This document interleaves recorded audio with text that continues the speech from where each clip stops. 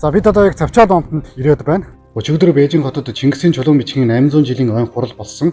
Уг хуралд оролцсон Хятадын нийгмийн шинжлэх ухааны академийн судлаачид болон Монгол Улсын их сургуулийн дэд захирал судлаач Заяабаатар нар өнөөдөр монголчуудын түүхтэй нэгт холбогдох судалгааны хүрээнд Завчаалын бичээс нэрээр алдаршсан Завчаал бомтын уран барилга бүхий үйл таалгыг зорин ирсэн нь энэ билээ. Энэ дээр бол одоо дээр нь бол 10 зүгийн 10 бурхан байна. Хамгийн дээр нь бол тэр мандал гэж байна.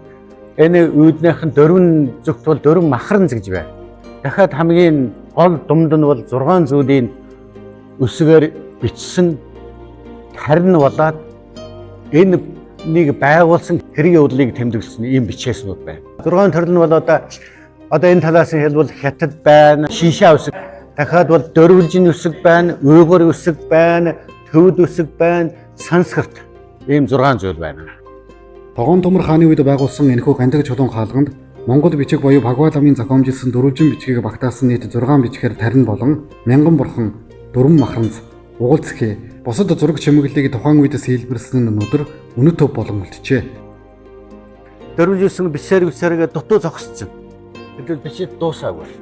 Тэгээ энэ талд нь эхэлнэ. Тогоон Томор хааны зарилгаар өөтгөн бүтээсэн энэ дурц бол монголчуудын бас дэлхийн соёл хүн төрөлхтний энэ соёлд оруулсан нэг гайхамшигт өмнө хүрээний хийг гэдэг чинь одоо урлаг судлаачдын нэг том юу шүү дээ. Судалгаагүй шүү дээ тий. За одоо ингээд энэ олон бурхан гэдэг чинь шашны талаас урлагийн бүтээл талаас за одоо бичиг үсгийн тусал талаас үл ярилтгүй. Тэгээ одоо эн чинь бол ингээд бүр яхахаар бол цогцороо бол нэг барилгын уран барилгын том цогцлбор Бахринцынхаа баран гарт талын өн гэж яхан Хятад алуун тушаалтнаа тийм нэг күнзийн одоо сургалтнаа тийм нэг ховчс шиг юм байна. Энэ малгайг нь харвал нэг жахан Монгол юм уу Умратын одоо нүүдэл үндэстнээ тийм нэг одоо чарайж өснө бас жахан өөр болчдгийг. Одоо яг л одоо Махринцын дөрвөн туслагчид бол адилгүй үндэстнээ одоо ийм нэг онцлогийг бол оруулсан учраас энэ бол тухайн үеийн нийгэм ч гэсэн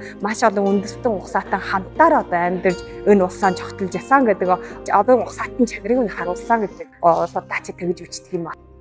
Тухайн үед Тогоон Томор хааны зарилгаар хаалгыг барихдаа дээр нь 3 цагаан суурга босгосон агаад Мин улсын үед нурсан ачээ.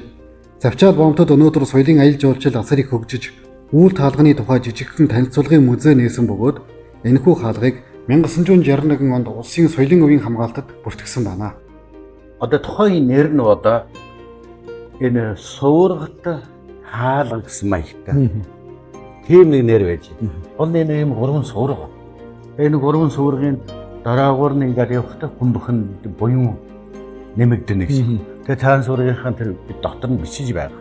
Юунаа төлөө юм байгуул гэсэн. Харин Завчаал бомтод Монголын эзэнт гүрний байлдан дагуулын үед зөв жанжны алтан устай байлдахдаа эзлэн авч байсан түүхтэй бомт байгаа юм а.